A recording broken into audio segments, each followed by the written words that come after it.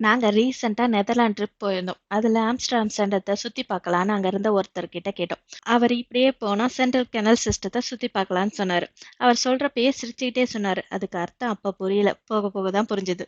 Netherland ரொம்பவே சூப்பரான வைபான கண்ட்ரிங்க. நம்ம சென்னை டி நகர் மாதிரி. எங்க பார்த்தாலுமே கூட்ட கூட்டமா இருக்கும். எல்லா ஐட்டமும் கிடைக்கும். பார்த்துக்கிட்டே போலாம். பட் என்ன சில ஸ்ட்ரீட்லலாம் கேமரா அலோ கிடையாதுங்க. ஃபோன எடுத்தாலே அத வாங்கி வச்சுப்பாங்க. லேக்ஸ் கணக்குல பே பண்ணிட்டு தான் நம்ம வாங்குற மாரியே இருக்கும். எனக்கு என்ன ஒரு டவுட்னா, எப்படி இத சிட்டிக்கு நடுவுல வச்சாங்க?